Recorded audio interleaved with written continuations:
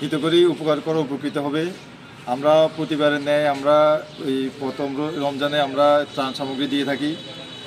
এবার আমরা ত্রাণ সামগ্রীর পাশাপাশি আমরা গত বছরের ন্যায় আমরা গত বছর 100 মানুষকে গরুর গোশত বিতরণ করছি। এবারও তার ধারাবাহিকতায় আমরা এটা 1 তারিখে দেওয়ার কথা ছিল, আমরা এটা 27 রমজানে নিয়ে আসছি, যেন সামনে যে খুশির ঈদের দিন আমরা যেন সবাই যেন সর্বস্তরের মানুষ যেন এটা ভাগাভাগি করে নিতে পারি। বিশেষ করে যারা গরিব অসহায় তারা গরুর গোশত কেনার মতো ওইরকম এবিলিটি থাকে না, সামর্থ্য থাকে না, যার কারণে আমাদের হিতুকরির দাদা সদস্য, স্থায়ী কমিটির দাদা সদস্য আর্থিক সহযোগিতা এবং আমাদের হিতুকরির সব সদস্যদের আন্তরিক সহযোগিতায় আমরা আজকে 100 মানুষের মধ্যে আমরা গরুর গোশত বিতরণ করেছি। পাশাপাশি আমরা মশলা এবং আলু এবং পেঁয়াজ আমরা বিতরণ করেছি।